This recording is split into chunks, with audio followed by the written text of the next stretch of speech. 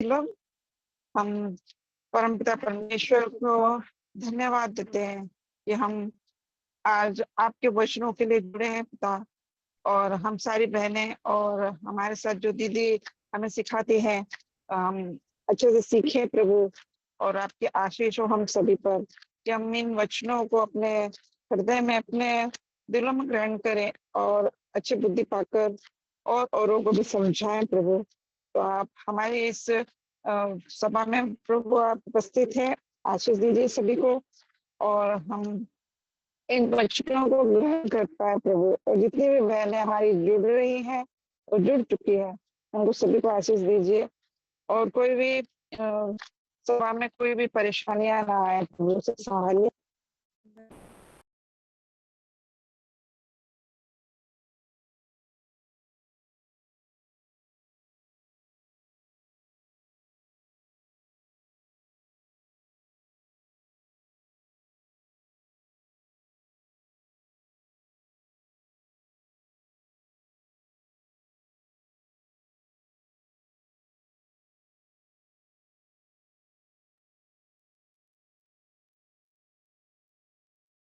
Stop हो गया।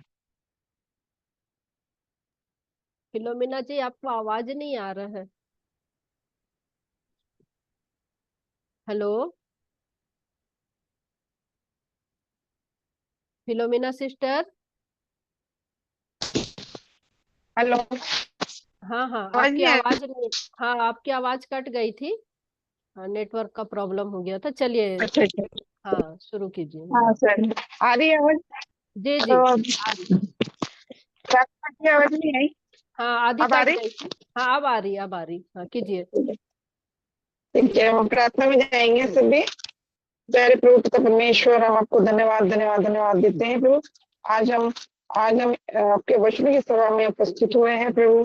तो हम सारी बहनों को आशीष दीजिए और जो दीदी सिखाते हैं उनको भी आशीष दीजिए। बहुत अच्छा सिखा रहे हैं वो, ताकि हमें उनसे ज्ञान ज्ञान मिल सके, बुद्धि मिल सके, समझा सके। तो आज हम लोग है अभी थोड़ा सा बहुत सारा बाकी भी है प्रभु। तो हमें उनको सुनने में और ग्रहण करने में मदद कीजिए प्रभु। जो बहनें अभी जुड़ नहीं पाई है उनसे भी मदद कीजिए कि वो जुड़े और इन वचनों को सुने और ग्रहण करें हृदय में। और जो जुड़ चुके हैं उनके लिए धन्यवाद देते हैं प्रभु, सबको आशीष दीजिए। आज अपने हमें इन वचनों के लिए सुनो प्रभु। और सुना है प्रभु, तो धन्यवाद धन्यवाद देते हैं प्रभु। हम आपको बहुत बहुत धन्यवाद देते हैं। आगे क्या समय आपको सौंपते हैं प्रभु। ये प्यारी विनती, छोटी सी विनती है हमारी, राजा प्रभु यीशु मसीह के नाम से मांगते हैं। आमीन आमीन आमीन। आवाज आ रही,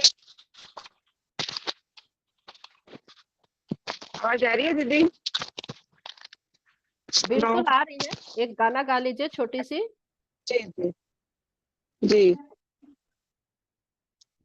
हम गीत पे जाएंगे। परम परम पिता की हम स्तुति गाए, वही है जो बचाता हमें।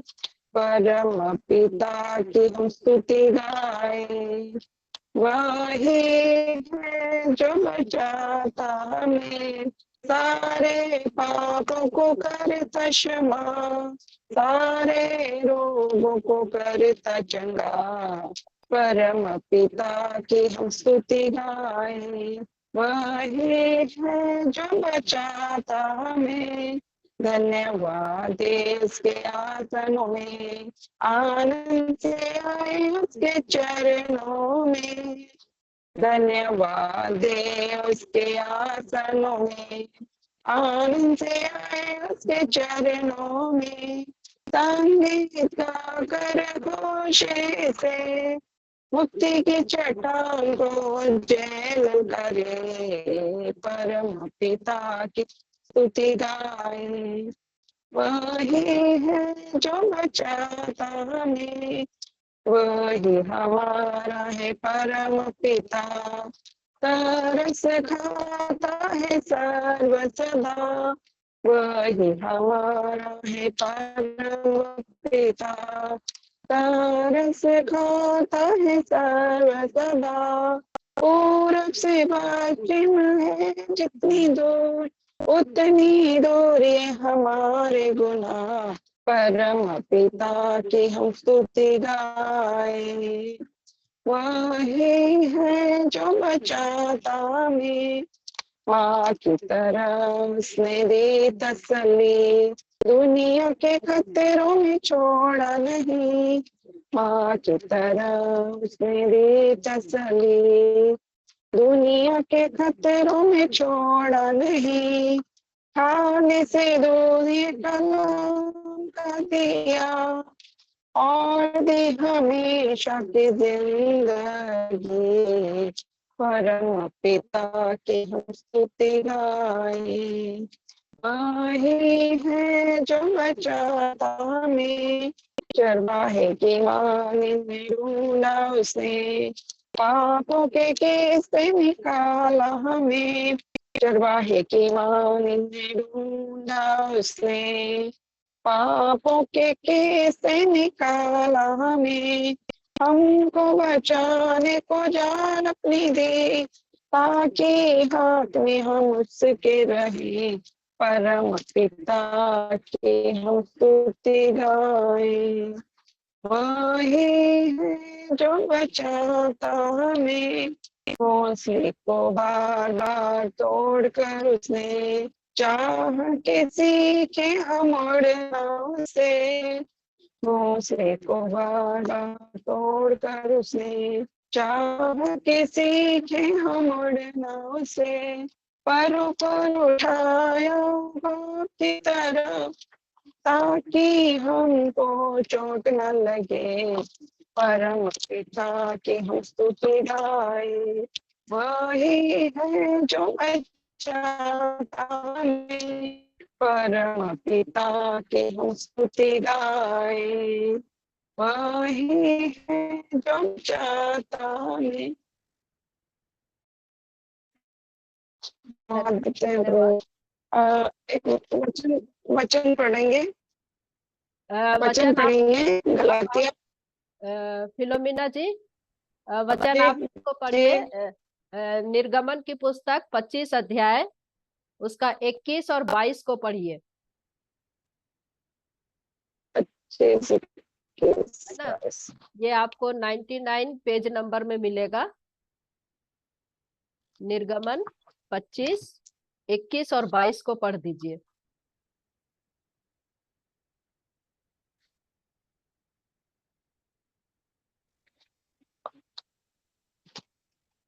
निर्गमन 25, 21 और 22।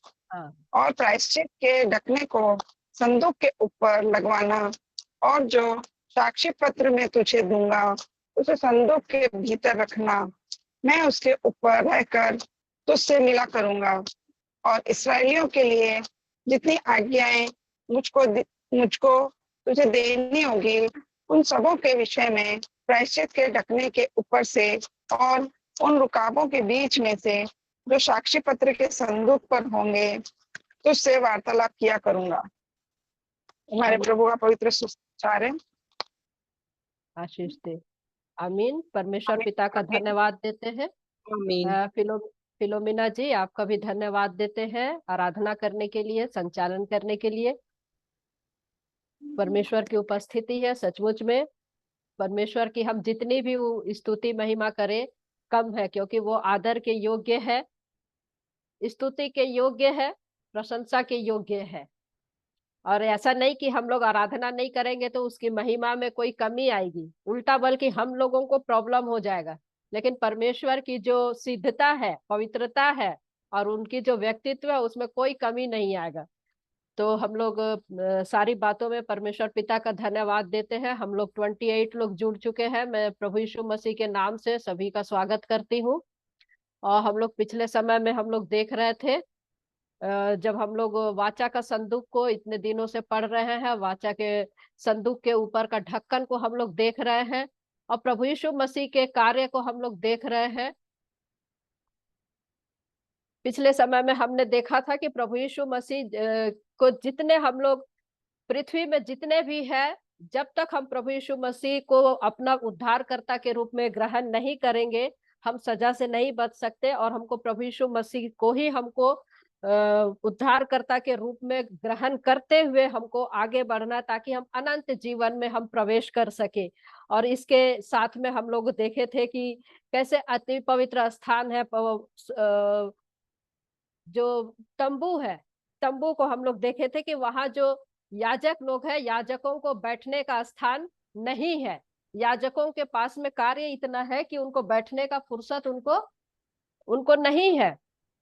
उनको बस बलि चढ़ाना है। और दाऊद के समय में वे लोग को जो बंटवारा हुआ था, दाऊद के समय में जो 24 दल में बांटा गया था, एक सबत से लेकर के दूसरे सबत तक उनको कार्य करते रहना है, जब तक कि वास्तविक या ओरिजिनल बलि नहीं आ जाता, तब तक उनको ये कार्य करना है। लेकिन वही हम लोगों ने देखा था कि वहां पर जो संदूक है, वहां पर आसन है, परमेश्वर का आसन है, जो संदूक का ढक्कन है, संदूक के ढक्कन में परमेश्वर का आसन है। और उसको हम लोगों ने देखा था कि पहला शामुएल 4 अध्याय 4 पद में, दूसरा शामुएल 6वां अध्याय 2 पद में, और दूसरा राजा 19 अध्याय का 15 पद में, और भजन संहिता 80 का 1 में, और 99 का 1 में हम लोगों ने देखा था कि वो करूबों पर विराजने वाला परमेश्वर है। करूबों पर यहाँ पर विराजने वाला परमेश्वर है। और इसलिए जो है ये ढक्कन जो है पूरा सोने का बना हुआ है। इसमें किसी भी, ये जो 2 करूब है, करूब भी जोड़ा हुआ नहीं है। एक ही सोने से, पूरा खरा सोना, चोखा सोना से बना है। और इसमें परमेश्वर का निवास स्थान है। हम लोगों ने देखा था। और हम लोगों ने ये देखा था कि जब महायाजक अति पवित्र स्थान में जब जाता है, तो वो संदूक को नहीं देखता, परंतु वहां जो परमेश्वर की उपस्थिति है उसको वो देखता है। और हम लोगों ने देखा था कि लय व्यवस्था की पुस्तक, उसका 16 अध्याय उसका 14 पद में जो हम लोगों ने देखा था कि याजक जो है, महायाजक जो है, अति पवित्र स्थान में जा करके 7 बार लहू को छिड़कता है। बलि के यहाँ पर हम लोग देखते हैं, यहाँ भी 7 बार छिड़कता है, और इसके ऊपर भी 7 बार छिड़कता है। तो ये 7 बार बार का जो अर्थ है, बहुत ही गंभीर अर्थ है, जिसको हम लोगों ने देखा था कि यहाँ 7 बार छिड़कना, और प्रभु यीशु मसीह का 7 बार का लहू गिरना। इसको हम लोगों ने देखा था कि गत्समनी बाग में कैसे पसीना जो है लहू बन करके गिरा। आदम ने जो कहा कि मैं अब तेरी फल खाने के कारण कि तेरी नहीं मेरी इच्छा पूरी हो, उसको प्रभु यीशु मसीह ने गत्समनी के बाग में ये बताया कि परमेश्वर, मेरी नहीं किंतु तेरी इच्छा पूरी हो सके तो ये कटोरा मुझसे टल जाए। तो ये पहली बार का था। उसके बाद में दूसरी बार जो था, वो कोड़े खाने के द्वारा जो हुआ था, 39 कोड़े जो उसने खाए थे, वो दूसरी बार है। और तीसरी बार जो है, हाथ से उसका लहू बहना, पैर से उसका लहू बहना, पांजर से उसका लहू बहना। और इसका हम लोगों ने सबका गंभीर अर्थ को भी हमने देखा था। सिर पर कांटों का ताज जो पहना था, उसका हमने अर्थ को देखा था। और उसका रूप का बदलना, इसको मैं दोबारा इसलिए नहीं बोल रही कि समय हम लोगों का बच सके। तो हम लोगों ने इन सारी चीजों को देखा था। तो यहाँ पर हम देखते हैं कि लहू के कारण ही वो परमेश्वर जो है वहां इजरायलियों के बीच में उपस्थित है, लोगों के बीच में उपस्थित है सिंहासन पर। और प्रायश्चित के ढकने के आगे खून के छिड़कने के कारण ही परमेश्वर पापी लोगों के बीच में वास कर पा रहा है। तो अब खून क्या बताता है, हम लोग इसको अब आगे देखेंगे कि खून क्या बता रहा है। कि सर्वशक्तिमान परमेश्वर की जो मांग है वो पूरी हो गई है। न्याय क्या कहता है कि जान से मारना है, परंतु खून लहू क्या बताता है कि कीमत दे दिया गया है। तो यहाँ तक हम लोगों ने देखा था। तो जब कीमत नहीं दिया गया था, तब परम परमेश्वर मनुष्य के बीच में वास नहीं कर सकता। और आप जो है किसी दूसरी चीजों को दे करके परमेश्वर को प्रसन्न नहीं कर सकते। हम लोगों ने यहाँ तक देखा था। तो अब आगे हम बढ़ते हैं। तो ये जो खून बताता है कि मौत हुई है, सजा गिर चुकी है, इसलिए इनका पाप ढापा गया है। सो जो खून के द्वारा या लहू के द्वारा दो बातें हम सीखते हैं, दो बातें सीखते हैं। सबसे पहली बात यह है कि परमेश्वर की महिमा में कोई आँच नहीं है। सबसे पहली बात यह है कि परमेश्वर की महिमा में कोई आँच नहीं है, परमेश्वर की महिमा प्रकट है। और दूसरी बात यह है कि हमारा उद्धार भी इसी से संबंधित है, हमारा उद्धार भी इसी से संबंधित है। तो परमेश्वर की महिमा और मनुष्य का उद्धार, ये दोनों जो है एक जंजीर की तरह एक दूसरे से जुड़ चुके। ये दोनों जो है परमेश्वर की महिमा और मनुष्य का उद्धार, ये ऐसे जुड़ गया, अब ये क्या है, नहीं टूट सकता। महिमा और उद्धार, परमेश्वर की महिमा में मनुष्य का उद्धार के कारण कोई आँच पहुंचना नहीं चाहिए, और ना ही मनुष्य के उद्धार दिलाने के जरिए परमेश्वर की महिमा को कुछ आँच होना चाहिए। तो ये दोनों जो है बड़ी मजबूती के साथ में एक दूसरे से जुड़ा है, एक दूसरे से जुड़ा है। कैसे कैसे? सामने जो है लहू है, लहू के द्वारा। तो हमको समझना है कि परमेश्वर जो है अपनी महिमा के विषय में कितना गंभीर है, परमेश्वर अपनी महिमा के विषय में कितना गंभीर है। और इसलिए वचन में वो कहता है कि मैं अपनी महिमा किसी को नहीं दूंगा, मैं अपनी महिमा किसी को नहीं दूंगा। आप और किस चीज से उसको प्रसन्न कर सकते हैं परमेश्वर को? अब आप सोच के देखिए कि ऐसी क्या चीज आप परमेश्वर के पास में लाएंगे कि आप परमेश्वर को खुश कर सकते हैं। मेरे प्रियो, अगर मेरे जीवन से परमेश्वर की इच्छा पूरी नहीं हो रही है, तो आप चाहे जितना भी करोड़ों रुपए दसवांश के नाम पर दे दीजिए या जितने भी पैसे लेकर के परमेश्वर के सम्मुख में आइए, परमेश्वर को प्रसन्न नहीं होगा, परमेश्वर को प्रसन्न नहीं होगा। आप हम चाहे मेरा जीवन में परमेश्वर की महिमा, मैं जितना भी आराधना कर रही हूँ, गिटार बजा करके, कीबोर्ड बजा करके, लेकिन यदि मेरे जीवन के द्वारा परमेश्वर की महिमा नहीं हो रही, तो मेरा आराधना करना भी बेकार है। परमेश्वर उसको प्रसन्न नहीं करेगा, परमेश्वर उसको एक्सेप्ट नहीं करेगा। तो परमेश्वर की महिमा तब होती है जब हम परमेश्वर की इच्छा अनुसार या उसकी योजना के अनुसार जब हम जीवन बिताते हैं, तब उसके द्वारा परमेश्वर की महिमा होती है। तो अब जो खून छिड़का गया है, यहाँ पर हम लोग जो देख रहे हैं, खून छिड़का गया है। अब महायाजक परमेश्वर के सामने आ पाया है, वो परमेश्वर की उपस्थिति में आ पाया है। कैसे? खून के द्वारा। पुराने नियम में हम देख रहे हैं लहू के द्वारा, नए नियम में हम देखते हैं प्रभु यीशु मसीह का बहुमूल्य लहू बहाए जाने के द्वारा आ पाते हैं। तो अब जो ढक्कन है, ये जो हम ढक्कन देख रहे हैं, ये ढक्कन उसका आसन है। ये जो ढक्कन है, ढक्कन उसका आसन है। बलि बलि मसीह की जो बलि है के द्वारा जो है वो पूरा कार्य हो चुका है। मसीह यीशु का खून बहाए जाने के कारण, प्रियो, यहाँ बहुत ही गंभीर विषय है। यहाँ पर हम लोग थोड़ा ध्यान देंगे कि बहुत से लोग जो है आशीष के पीछे भागते हैं। जैसे हमने बरसात की बातें से हमने सीखा था एग्जाम्पल के तौर पर, कैसे बारिश कैसे होता है, और जब बहुत ज्यादा बारिश होता है तो कैसे वो बहा करके ले जाता है, कचरा भी ले जाता है, पर वो भूमि को नहीं सींचता है। लेकिन रिमझिम रिमझिम जो बारिश गिरती है वो भूमि को सींचती है और उसमें उपज होती है। तो वही हमारे हृदय में है, जो बार बार हम बाइबल स्टडी करते हैं, तो इसके द्वारा भूमि सींचती है, हमारा हृदय सींचता है, और तब जा करके ये फलवंत होते हैं। तो हम लोगों को बहुत सतर्क रहना है। बरसात की अंत की बारिश की समान जो हम लोग वचन को खा रहे हैं, इससे परमेश्वर हम में से हर एक को फलवंत कर रहा है। तो यहाँ पर खून के कारण हम देख रहे हैं, मसीह यीशु का खून देने के कारण हम और आप जो है प्रभु परमेश्वर की उपस्थिति में आ पाते हैं। और हमको देखते हैं कि दिलेरी के साथ में हम परमेश्वर को पिता कह के पुकार सकते हैं, पिता कह के पुकार सकते हैं। मेरे पापों को परमेश्वर ने मिटा डाला।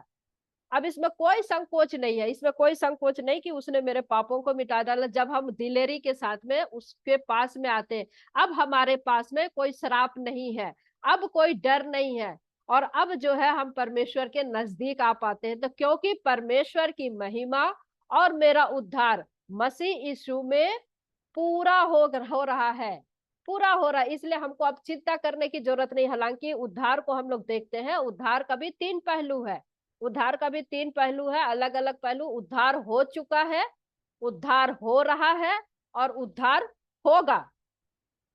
तो जब हम, या तो हम जो भी मनुष्य किसी ने भी मसीह यीशु पर विश्वास किया, वो प्रभु यीशु मसीह मेरे लिए प्रायश्चित बना, और ये विश्वास करते हैं परमेश्वर मुझे जब देखता है तो वो खून को देखता है, खून को देखता है, लहू को देखता है, क्योंकि कीमत अदा हो चुकी है।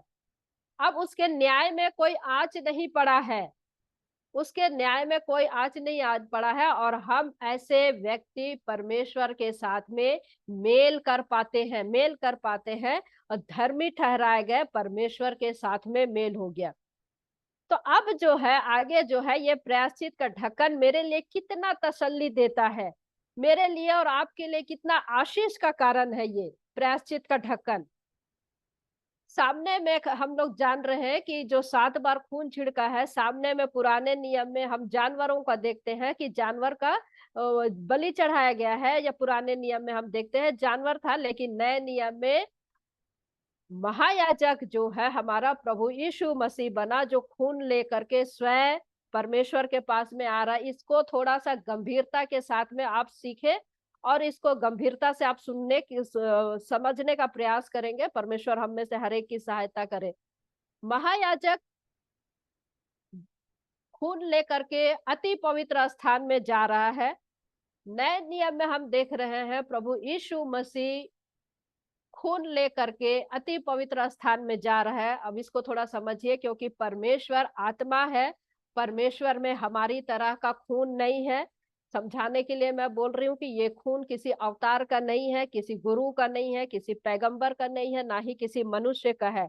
इजरायली लोग जानवरों का बलि लेकर के जा रहे हैं, इसलिए ना उन लोग को हम लोग देखते हैं कि याजक लोग जो है उनको फुर्सत नहीं था, मंदिर में उनको बैठने का उनके लिए कोई स्थान नहीं था। हम लोगों ने पिछले क्लास में हमने इसको देखा था। तो जब तक असली बलि नहीं आ जाता, काम उनका करते रहना है, करते रहना है, करते रहना है, वही पुराना काम। तो पुराने नियम में, पुराने नियम के महायाजक हम लोग देखते हैं कि अगर यीशु मसीह के मृत्यु को देखे तो इसलिए कि वे लोग पहली सदी में, आप देखिए, वे याजक लोग कह पाए, याजक लोग जो है एक बड़ा झुंड कलीसिया में जा मिले। कहा लिखा है प्रेरितों के काम 6वां अध्याय में, 4, 5, 6, 7 आप देखेंगे।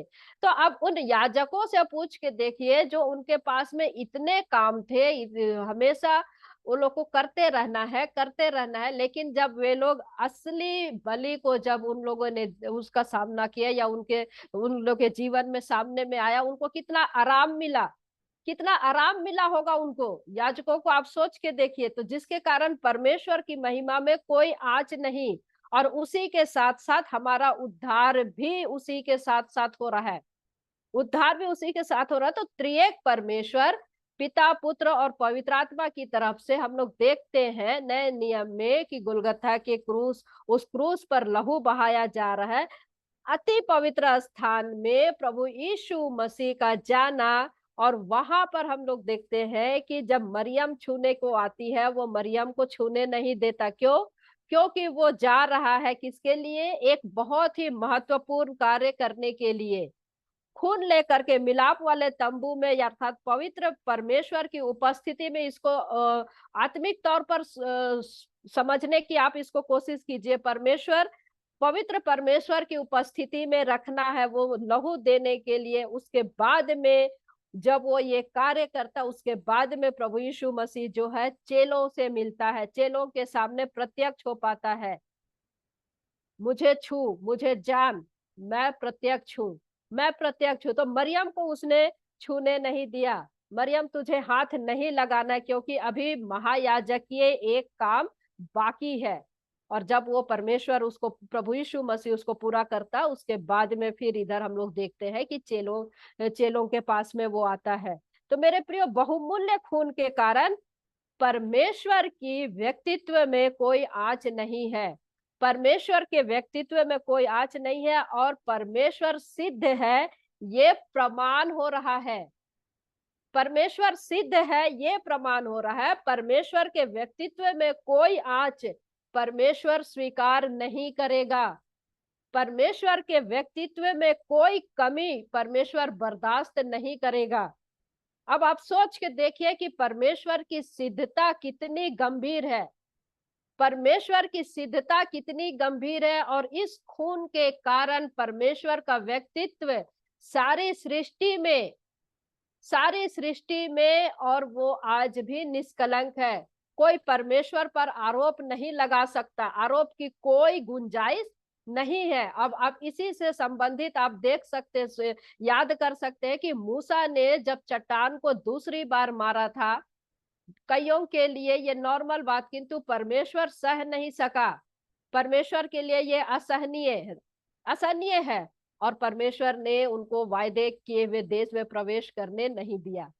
मेरी सिद्धता, मेरी अर्थात परमेश्वर की सिद्धता, मेरे स्वभाव में कोई आँच को नहीं सहूंगा, ये परमेश्वर कह रहा है। परमेश्वर कह रहा है। इसलिए देखिए भजन संहिता क्या कहता है, देखिए भजन संहिता 89 का 14, भजन संहिता 89 का 14 क्या कहता है।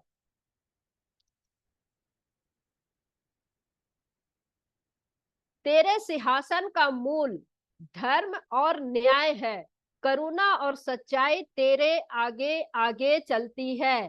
तेरे सिंहासन का मूल अर्थात तेरे सिंहासन का बुनियाद धर्म और न्याय है, करुणा और सच्चाई तेरे आगे आगे चलती है। तो मेरे प्रियो ध्यान से देखिए,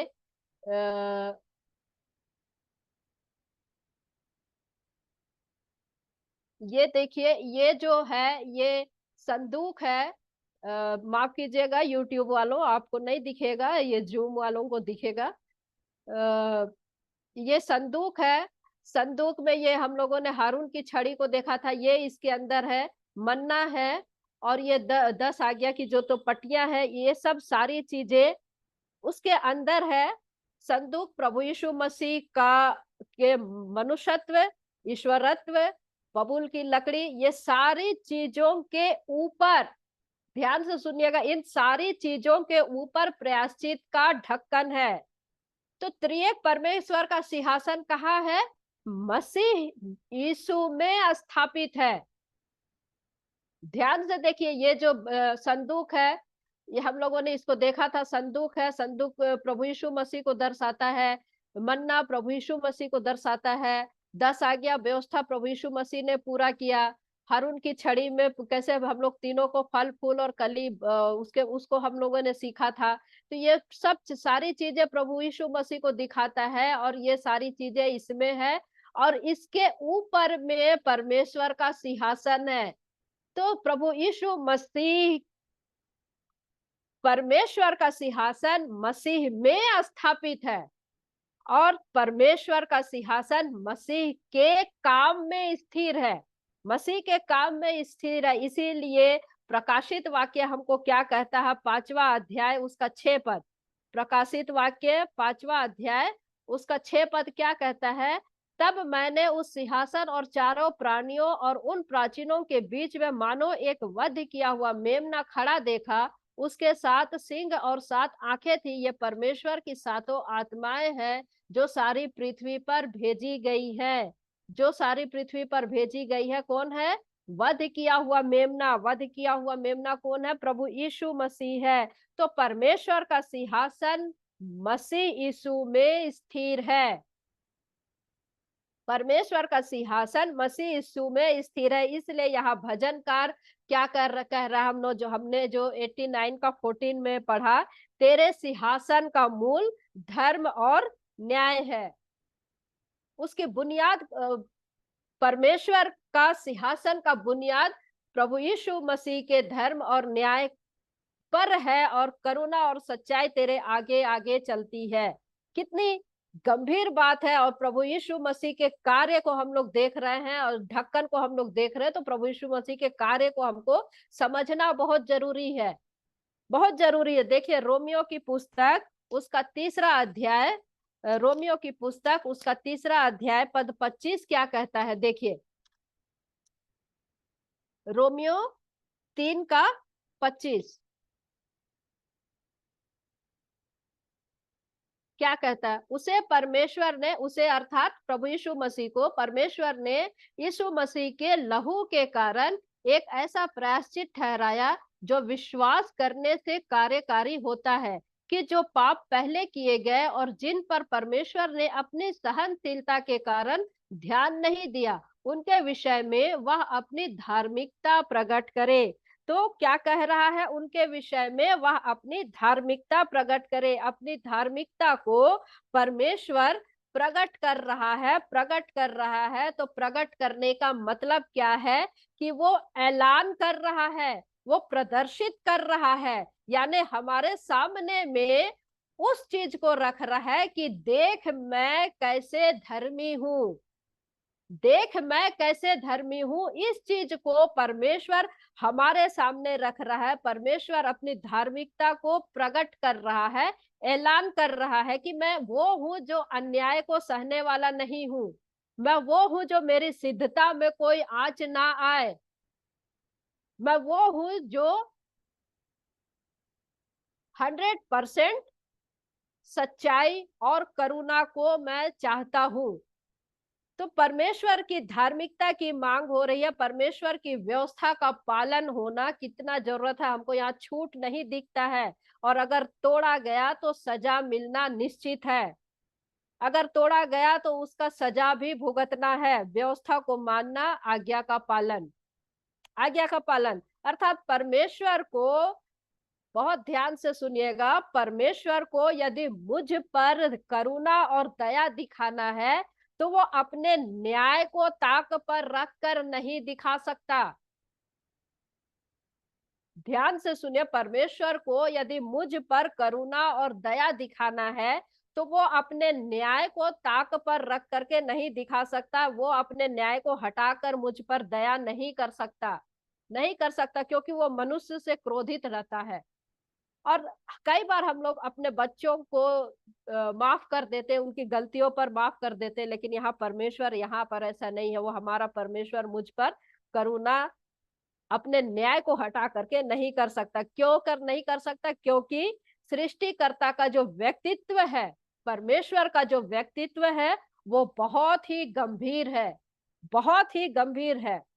और हम लोग जो है, हमारा प्रभु यीशु मसीह, जब परमेश्वर जो है हमको देखता है, या हम जब कि देखते हैं, नेता लोग को देखते हैं, कई बार इतने दल बदल जाते हैं कि उनके व्यक्तित्व है ही नहीं, समझ ही में नहीं आता। इधर के रहते तो इस तरफ से सिर्फ वोट मांगने के लिए, लेकिन हम यहाँ पर देखते हैं कि हमारा परमेश्वर जो है, हमारा पिता जो है, वो उसकी व्यक्तित्व इतनी गंभीर है, तो वो अपने न्याय को हटा करके हमारे और आपके लिए वो करुणा नहीं कर सकता, क्योंकि सारी सृष्टि में उसका व्यक्तित्व सामने है, या उसका व्यक्तित्व जो है सारी सृष्टि में सामने में है, कोई दोष नहीं लगा सकता। इसीलिए इसीलिए परमेश्वर को पवित्र परमेश्वर कहा जाता है, पवित्र परमेश्वर। और ये पवित्र शब्द केवल परमेश्वर के लिए, त्रिएक परमेश्वर के लिए ही इस्तेमाल होता है, त्रिएक परमेश्वर के लिए ही इस्तेमाल होता है। बाकी किसी भी व्यक्ति, वस्तु या XYZ आप किसी के लिए पवित्र शब्द का इस्तेमाल नहीं कर सकते। और यदि आप पवित्र शब्द का इस्तेमाल किसी दूसरे व्यक्ति के लिए करते हैं तो आपको उसका तुलना परमेश्वर के साथ में करना पड़ेगा, उसकी तुलना परमेश्वर के साथ में करना पड़ेगा। तो परमेश्वर की सिद्धता, परमेश्वर की पवित्रता, परमेश्वर की व्यक्तित्व में कोई आंच परमेश्वर बर्दाश्त नहीं कर सकता। और परमेश्वर के सामने ऐसा कौन सा व्यक्ति, कौन सा वस्तु, कौन सा स्थान पवित्र कहला सकता है? ऐसा कोई नहीं। तो आप सोच के देखिए कि परमेश्वर का स्वभाव कितना गंभीर है, कितना गंभीर है। जब परमेश्वर ने अपना सिंहासन मसीह यीशु में स्थिर किया है, आप समझ गए ना? संदूक के जितने भी नीचे के भाग है, संदूक है, ये जो 3 वस्तुएं हैं, सारी चीजें यीशु मसीह को दर्शा रहा है। और यीशु मसीह के कार्य में, यीशु मसीह पर उसका सिंहासन है, परमेश्वर का सिंहासन है। तो सोच, जब परमेश्वर ने अपना सिंहासन मसीह यीशु में स्थिर किया है, तो वो मुझे और अब आपको और मुझे अपना संतान बनाया, हमको आपको जब गले लगाया, जब उसने अपना पवित्र स्थान हमारे हृदय में बनाया, या यूं कहे कि जब हम अपना मंदिर हमारे अंदर बनाया, तो वो परमेश्वर हमको किस नजर से देखता है, किस नजर से देखता है। तो मेरे प्रियो, वो हमको पुत्र बनाने में परमेश्वर बहुत ही प्रसन्न है, बहुत ही प्रसन्न है। ये हम लोगों के लिए आशीष का कारण है। आगे जब प्रायश्चित का ढक्कन को हम लोग और आगे समझेंगे तो आप इसको और भी अच्छे से समझ पाएंगे। तो परमेश्वर जो है अपने पुत्र बनाने में हमको और आपको कितना प्रसन्न है, क्योंकि परमेश्वर को अपनी महिमा को त्यागना नहीं पड़ा, परमेश्वर को अपना व्यक्तित्व को त्यागना नहीं पड़ा, क्योंकि परमेश्वर की महिमा और हमारा उद्धार दोनों बना हुआ है, दोनों बना हुआ है। ये कितनी गंभीर बात है, क्योंकि परमेश्वर की महिमा और हम लोगों का उद्धार दोनों बनी है। किसी में कोई आँच नहीं, किसी में कोई आँच नहीं। तो प्रिय, आप सोच के देखिए कि जो व्यक्ति मसीह यीशु की मौत को जो स्वीकार करता है, जो व्यक्ति प्रभु यीशु मसीह की मौत को स्वीकार करता है, परमेश्वर उससे कितना प्रसन्न होता है। जब मैं और आप अपने आप को पापी के रूप में स्वीकार करते हैं, प्रभु यीशु मसीह को अपना उद्धारकर्ता के रूप में स्वीकार करते हैं, परमेश्वर कितना आनंदित होता है।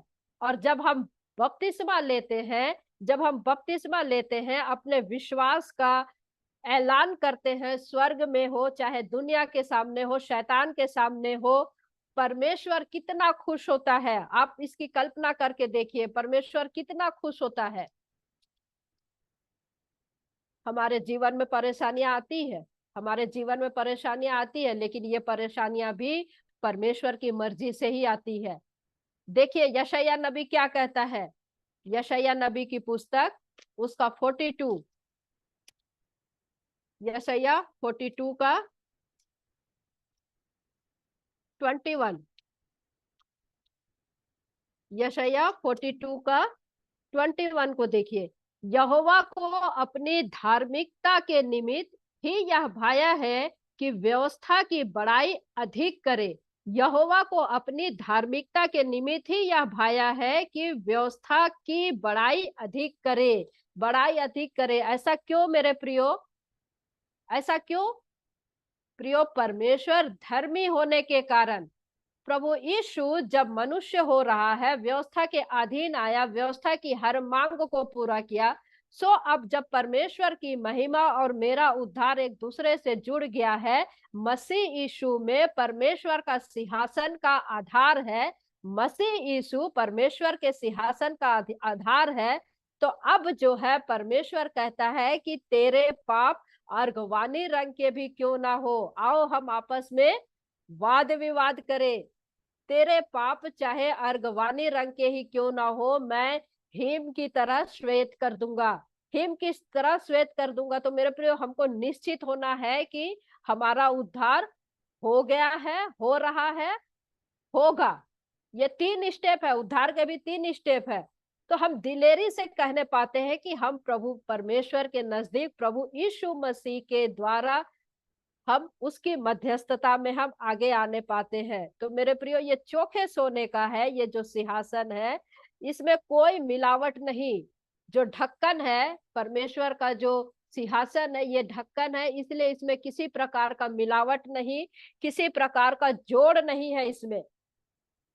क्योंकि परमेश्वर की महिमा या परमेश्वर के सिंहासन, परमेश्वर का जो सिंहासन में परमेश्वर की महिमा दिखती है, परमेश्वर की महिमा दिखती है, परमेश्वर का न्याय, परमेश्वर का पवित्रता और परमेश्वर की धार्मिकता, परमेश्वर की धार्मिकता। तो अब हम लोग क्या देखेंगे कि परमेश्वर की जो यहाँ पर हम लोग देख रहे हैं ढक्कन, जो प्रायश्चित का ढक्कन है, उसका नाप को हम देखेंगे, नाप को देखेंगे। तो यदि नाप को देखें, हम लोग देख रहे हैं ये प्रायश्चित का ढक्कन में 2 डंडे हैं, माफ कीजिएगा, ये जो संदूक है, प्रायश्चित का ढक्कन नहीं, ये जो संदूक है, इसमें 2 डंडे हैं।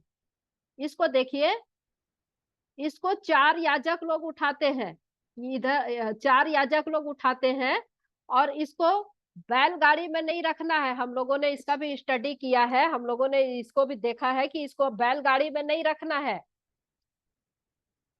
इसको कैसे रखना है? कंधे पर उठाना है। और इसका इसका जो भार दिया गया था, इसके काम का जो भार दिया गया था, किसको दिया गया था? लेवी के कहातियों को दिया गया था। कहातियों को दिया गया था। एक परिवार है मरारी का परिवार, एक परिवार है गेरशोन का परिवार, एक है कहाती का परिवार। तो कहातियों को जो है ये दिया गया था कि इसको कंधे पर ही उठाना है, कंधे पर ही उठाना है। हम लोग बाइबल में यदि आप पढ़ेंगे तो दाऊद ने जो गलती की थी कि इसको बैलगाड़ी में रख दिए थे, और हम लोग देखते हैं कि उज्जा की मौत हो गई थी, मौत हो गई थी। तो याजकों को इसे उठाना है, याजकों को उठाना है। तो इस संदूक में जो तीन चीजें हैं, तीन चीजें हैं। सोने के मर्तबान को हम लोग देखे थे, जिसमें मन्ना रखा हुआ है, वाचा की पट्टियां हैं, और हारून की छड़ी है। हारून की छड़ी है। अब इसका वजन जो है बाइबल में नहीं लिखा है। इसकी लंबाई कितना है? 2.5 हाथ है। 1.5 इसकी हाथ इसकी चौड़ाई है। लेकिन इसका वजन कितना है ये नहीं लिखा है बाइबल में। ये नहीं लिखा है कि इसका वजन कितना है। लेकिन इसको याजक लोग उठा रहे हैं, और 4 याजक लोग इसको उठा रहे हैं। तो इसको उठाने में किसी प्रकार की लापरवाही ना हो, किसी प्रकार की सुस्तपन ना हो। इसको उठाना है तो बहुत ही ध्यान से उठाना है। अब हमें नहीं मालूम कि इसका वजन कितना है, वजन इसमें नहीं दिया गया केवल, लेकिन 4 याजक लोग इसको उठा रहे। तो इसका आत्मिक अर्थ क्या है? इसका आत्मिक अर्थ क्या है? संदूक प्रभु यीशु मसीह की, प्रभु यीशु मसीह है, महिमा में यीशु मसीह है, मनुष्यत्व है। तो जो इस संदूक के ऊपर में परमेश्वर का सिंहासन है। तो इससे हम और आप क्या सीखते हैं?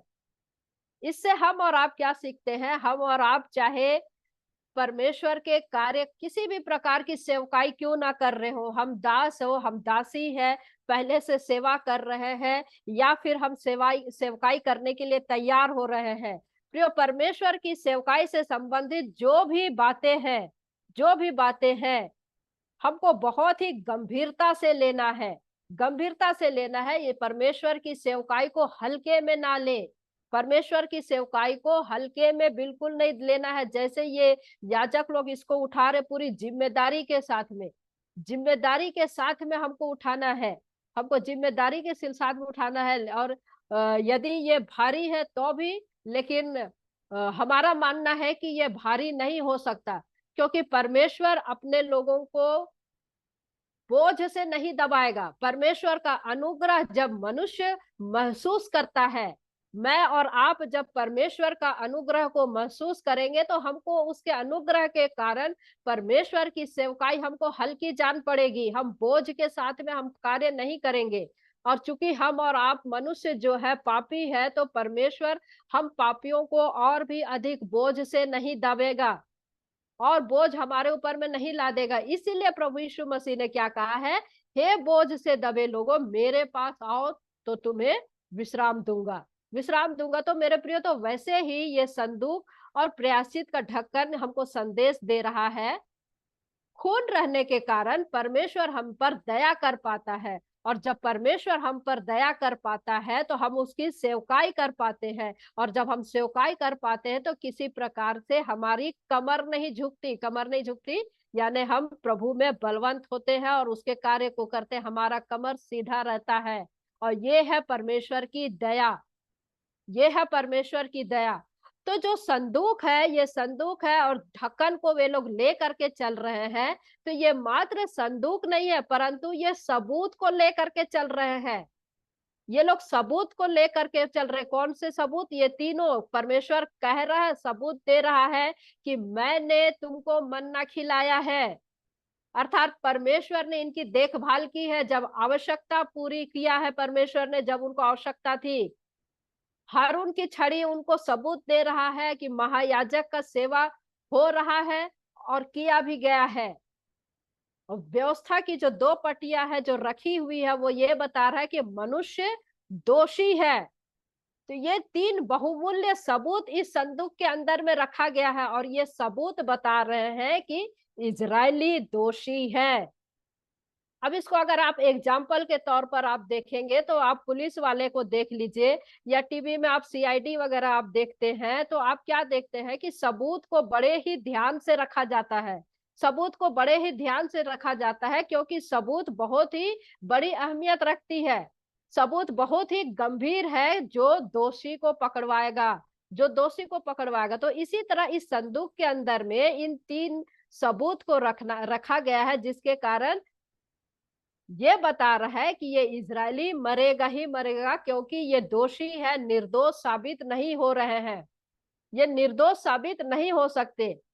प्रियो, इस सबूत के ऊपर जब खून को छिड़का गया है, भले ही अंदर में हम देख रहे हैं कि सबूत है और सबूत ये बता रहा है कि इजरायली दोषी है, लेकिन इस सबूत के ऊपर में जब खून छिड़का गया है 2 जगह पर, ढक्कन के ऊपर और संदूक के सामने, अर्थात इस सबूत को परमेश्वर नहीं देख रहा है, क्योंकि परमेश्वर के सामने वो लहू है, और इसी लहू के कारण परमेश्वर इजरायलियों पर दया कर सकता है। आप इसकी गंभीरता को आप समझ सकते हैं, आप इसकी गंभीरता को समझ सकते हैं। तो ढक्कन का नाप संदूक के नाप के बराबर है, ढक्कन का भी नाप है 2.5 हाथ है, और संदूक का नाप भी उतना ही है, थोड़ा सा भी कम नहीं, थोड़ा सा भी ज्यादा नहीं, बराबर है। तो इसका अर्थ क्या हुआ?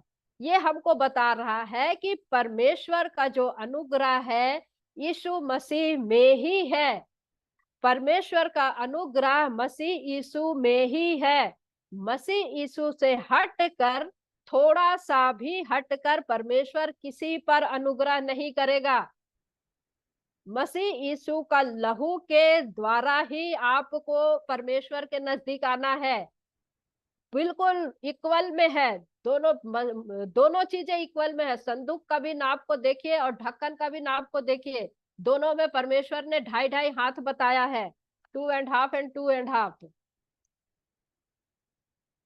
सो मेरे प्रियो, महायाजक जब संदूक के सामने आता है तो परमेश्वर के अनुग्रह को देखता है, परमेश्वर के अनुग्रह को देखता है कि क्या कहता है भजनकार। भजन संहिता 103 को हम लोग देखेंगे, भजन संहिता 103 का 12 पद क्या कहता है? उद्याचल अस्ताचल से जितनी दूर है, उसने हमारे अपराधों को हमसे उतनी ही दूर कर दिया।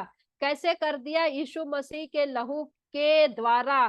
सो जब कोई व्यक्ति परमेश्वर के सामने मसीह यीशु के ही द्वारा आता है, प्रभु यीशु के क्रूस पर किए गए कार्य को स्वीकार करके, मैं पापी हूं ये मान करके प्रभु यीशु मसीह के द्वारा जब वो आता है, तब ही परमेश्वर उस व्यक्ति पर दया कर सकता है। यानी मसीह यीशु से हट करके कोई भी रास्ता नहीं है जिसके द्वारा एक पापी पाप से मुक्ति पा सकता है। बड़ी ध्यान से सुनिए, मसीह यीशु से हट करके कोई और रास्ता नहीं जिसके द्वारा एक पापी व्यक्ति पाप से माफी प्राप्त कर सकता है। बराबर नाप का है, देखिए बराबर नाप का है, दोनों का नाप बराबर है मसीह यीशु में ही। इसलिए प्रभु यीशु मसीह ने कहा, मार्ग सच्चाई और जीवन मैं ही हूँ। यानी कि इस संदूक के जो कोने को ध्यान से रख करके बोला गया है, कोने का सिरा, ये कोने का सिरा जो एक दूसरे को जोड़ता है, ये कोने का सिरा, ये वाला, ये वाला, ये वाला। तो मसीह यीशु के अलावा चाहे मोक्ष के लिए बोलिए या उद्धार पाने के लिए कोई रास्ता नहीं है, कोई रास्ता नहीं है। यानी प्रियो, अनादि काल का परमेश्वर कैसे देखता है हर बात को ध्यान से रख करके, और वो मूसा को आज्ञा दे रहा है कि तुमको ऐसे ऐसे बनाना है, तुमको ऐसे ऐसे बनाना है। कितना ध्यान से इन सब चीजों को परमेश्वर जो है बता रहा है। देखिए रोमियो की पत्री, देखिए रोमियो की पत्री 5वां अध्याय उसका 21 पद को देखिए, क्या कहता है कि जैसा, रोमी 5 का 21, कि जैसा पाप ने मृत्यु फैलाते हुए राज्य किया, वैसा ही हमारे प्रभु यीशु मसीह के द्वारा अनुग्रह भी अनंत जीवन के लिए धर्मी ठहराते हुए राज्य करे, धर्मी ठहराते हुए राज्य करे। तो जैसे हम देख रहे हैं कि इस संदूक के अंदर में सबूत रखा हुआ है, और ये सबूत यदि खोला जाए तो एक भी व्यक्ति जिंदा नहीं बचेगा। ये सबूत यदि खोल दिया जाए, हम अगले चैप्टर में हम देखेंगे कि संदूक को हटाने का क्या अर्थ होता है। माफ कीजिएगा, प्रायश्चित का जो ढक्कन है उसको यदि हटा दिए तो कितनी प्रॉब्लम हो सकती थी। जो हमने यदि आप पहला शामुएल 6वां अध्याय में देखेंगे कि कितने लोग मारे गए थे जब वहां पर झांक करके उन लोगों ने देखने की कोशिश किया था। इसको हम अगले अगले क्लास में सीखेंगे। तो प्रियो, हम देख रहे हैं कि इस संदूक के अंदर जो सबूत रखा हुआ है, यानी ये सबूत को यदि खोल करके देखा जाए तो एक भी व्यक्ति जिंदा नहीं बचेगा, चाहे आप जितनी भी धार्मिक व्यक्ति क्यों ना हो। यदि ये खुला तो परमेश्वर हमको कहेगा कि हे दुष्ट, मेरे सामने से उस झील में या उस नरक में चला जाए। तो इस संदूक को, इसके अंदर के सबूत को लहू ने लहू जो है अपने पीछे छुपा करके रखा है। संदूक के जो ये सबूत है, ये जो सबूत है, ये जो तीनों चीजें सबूत है, उसको लहू ने छुपा करके रखा है।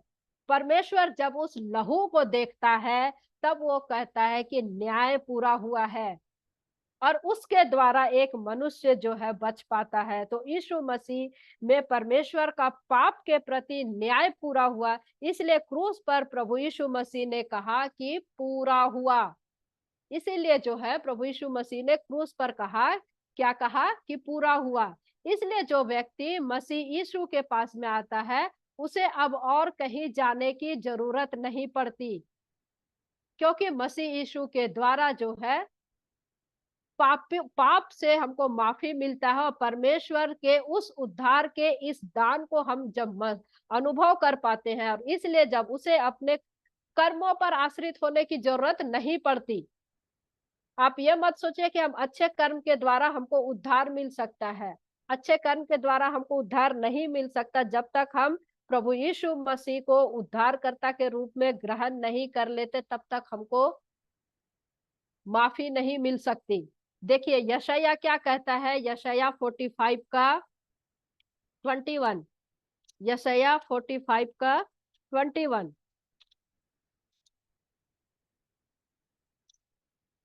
वचन हमको बताता है, तुम प्रचार करो और उनको लाओ।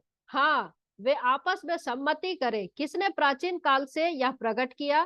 किसने प्राचीन काल में इसकी सूचना पहले ही से दी? क्या मैं यहोवा ही ने यह नहीं किया? इसलिए मुझे छोड़ कोई और दूसरा परमेश्वर नहीं, धर्मी और उद्धार करता परमेश्वर मुझे छोड़ और कोई नहीं है। मुझे छोड़ और कोई नहीं है। तो मेरे प्रियो, परमेश्वर कितना गंभीर बात बोलता है, और इसलिए वो अपनी महिमा किसी को नहीं दे सकता। अपनी महिमा वो किसी को नहीं दे सकता। धर्मी और उद्धार करता परमेश्वर मुझे छोड़ और कोई नहीं। इसको हमने त्रिएक परमेश्वर की स्टडी में भी देखा था कि कैसे परमेश्वर ने कहा, जब मैंने सृष्टि को बनाया तब वहां पर कोई नहीं था, कोई परमेश्वर था ही नहीं। और अब बाद में जब कोई उठ करके खड़े हो जाते, मैं ये देवी हूँ, मैं वो देवी हूँ। जैसे फिरौन में, मिस्र में हम लोग देखते 2500 देवी देवताओं से इजरायली लोग घिरे थे। तो परमेश्वर कह रहा है कि मुझे छोड़ कोई परमेश्वर है ही नहीं। देखिए इब्रानी क्या कहता है, इब्रानी 2 का 17 में क्या कहता है, इस कारण उसको चाहिए था कि सब बातों में अपने भाइयों के समान बने, जिससे वह उन बातों में जो परमेश्वर से संबंध रखती है एक दयालु और विश्वास योग्य महायाजक बने, ताकि लोगों के पापों के लिए प्रायश्चित करे। मेरे प्रियो, मसीह यीशु लोगों के लिए प्रायश्चित होने के कारण मसीह यीशु के द्वारा ही एक व्यक्ति उद्धार को प्राप्त कर सकता है। एक व्यक्ति उद्धार को प्राप्त कर सकता है। यदि परमेश्वर को मुझ पर और आप पर दया करना है तो मसीह यीशु के द्वारा ही हमें आना है। मतलब ना तो हम कर्मों पर आसरा कर सकते हैं, ना ही हम अपने नाम पर आश्रित हो सकते हैं, ना हम अपने जाति पर आश्रित हो सकते हैं, ना हम अपने पढ़ाई लिखाई पर गर्व कर सकते हैं। लेकिन एक पापी व्यक्ति की तरह, दोषी की तरह, बिना घमंड के नम्र हो करके जब हम पापीपन का एहसास करते हुए प्रभु यीशु मसीह को अपना उद्धारकर्ता मानेंगे, तो परमेश्वर उस प्रायश्चित के खून को देख कर हम पर अनुग्रह करता है।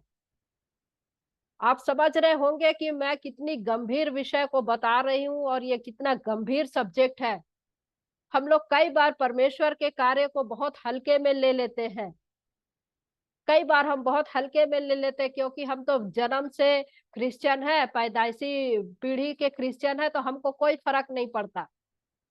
लेकिन यहाँ देखिए क्या कहता है, हम किसी भी प्रकार से नहीं आ सकते। नम्र होकर के पापीपन का एहसास करते हुए प्रभु यीशु मसीह को अपना उद्धारकर्ता मानेंगे तो परमेश्वर उस प्रायश्चित के खून को अर्थात प्रायश्चित के लहू को देख करके हम पर अनुग्रह करता है, दया करता है, क्योंकि पुत्र ने कीमत अदा कर दिया है। क्योंकि पुत्र जो है कीमत अदा किया है, इसलिए हम लोग परमेश्वर के पास में प्रभु यीशु मसीह के बिना हम नहीं आ सकते। बिना हम कोई भी मनुष्य नहीं आ सकता, क्योंकि मार्ग, सत्य और जीवन वही है। तो आज हम लोग अपने क्लास को आज यहीं पर समाप्त करेंगे। हम अगले क्लास में यानी थर्सडे को जो है, हम ढक्कन के ऊपर जो ये बना है ये करूब को हम लोग देखेंगे। करूब तो और भी बहुत डेंजरस है, क्योंकि वो जब ये नीचे देख रहे हैं, वो लोग किसको देख रहे हैं? लहू को देख रहे हैं। इसको हम लोग थर्सडे को हम लोग इसको पढ़ेंगे। करूब करूब जो है बहुत ही तलवार उसके हाथ में है। इसको अगर अभी मैं टच करूंगी तो ये लंबा हो जाएगा, इसलिए मैं इसको अभी टच नहीं करूंगी। थर्सडे को हम लोग फिर से 8 बजे हम लोग फिर से मिलेंगे और फिर से हम लोग इसके आगे सीखेंगे। तो परमेश्वर पिता आज की बाइबल स्टडी में हम में से प्रत्येक को आशीष दे। परमेश्वर पिता का धन्यवाद देते हैं आज की स्टडी के लिए। सारी महिमा हम प्रभु को देते हैं।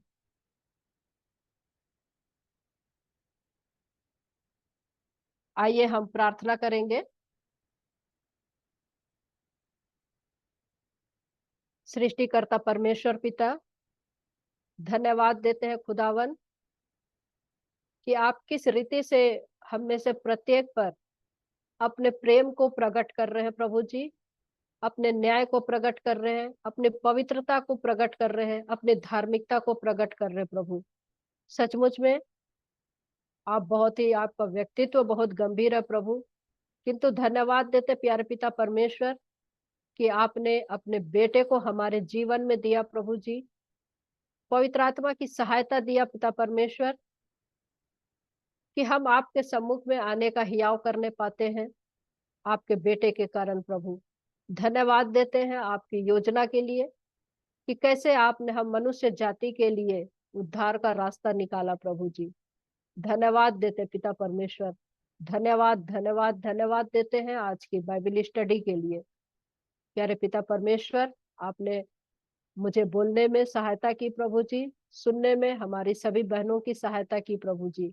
विनती करते पिता परमेश्वर, हमारी बहनें प्रभु जी जिन बातों को सीखी है प्रभु, और मैं भी पिता परमेश्वर, इस सारी बातों को हम मनन करने पाए, अपने हृदय में रखने पाए। आपके प्रेम की गंभीरता को प्रभु जी हम महसूस करने पाए प्रभु, क्योंकि सचमुच में आपका प्रेम अगापे प्रेम है प्रभु। हम मनुष्य डगमगा सकते हैं, किंतु आपकी प्रेम प्रभु जी हमको अपनी आप की ओर खींचता है प्रभु। धन्यवाद देते हैं सारी बातों के लिए, हम आपका धन्यवाद देते प्रभु जी। सहायता करे प्रभु हम में से प्रत्येक के जीवन में। विनती करते मेरे परमेश्वर पिता, हमारी बहनों के प्रत्येक के जीवन में, घर घराने में, उनके पतियों में, उनके बच्चों में प्रभु आपकी दया अनुग्रह बनी रहने पाए प्रभु जी। प्यारे पिता परमेश्वर, होने दे कि हर एक के घर में आपकी उपस्थिति रहे पिता परमेश्वर। संसार है, कई प्रकार की चुनौतियां आती है, कई प्रकार के निर्णय लेते हैं प्रभु जी। होने दे प्यारे पिता परमेश्वर कि हर एक निर्णय आपकी इच्छा के अनुसार लेने पाए। ऐसा हम में से प्रत्येक को समझ की आत्मा दे, ज्ञान की आत्मा दे प्रभु जी, कि हम पहला स्थान आपको देने वाले होने पाए अपने जीवनों में। धन्यवाद देते पिता परमेश्वर कि आप हमारी प्रार्थनाओं को सुनते हैं, हाँ और आमीन में उत्तर देते हैं। इसलिए सारा आदर महिमा आपको देते हैं और प्रार्थना प्रभु यीशु मसीह के नाम से मांगते हैं। दया करके सुने और स्वर्ग राज में ग्रहण करें। आमीन। आमीन। आमीन।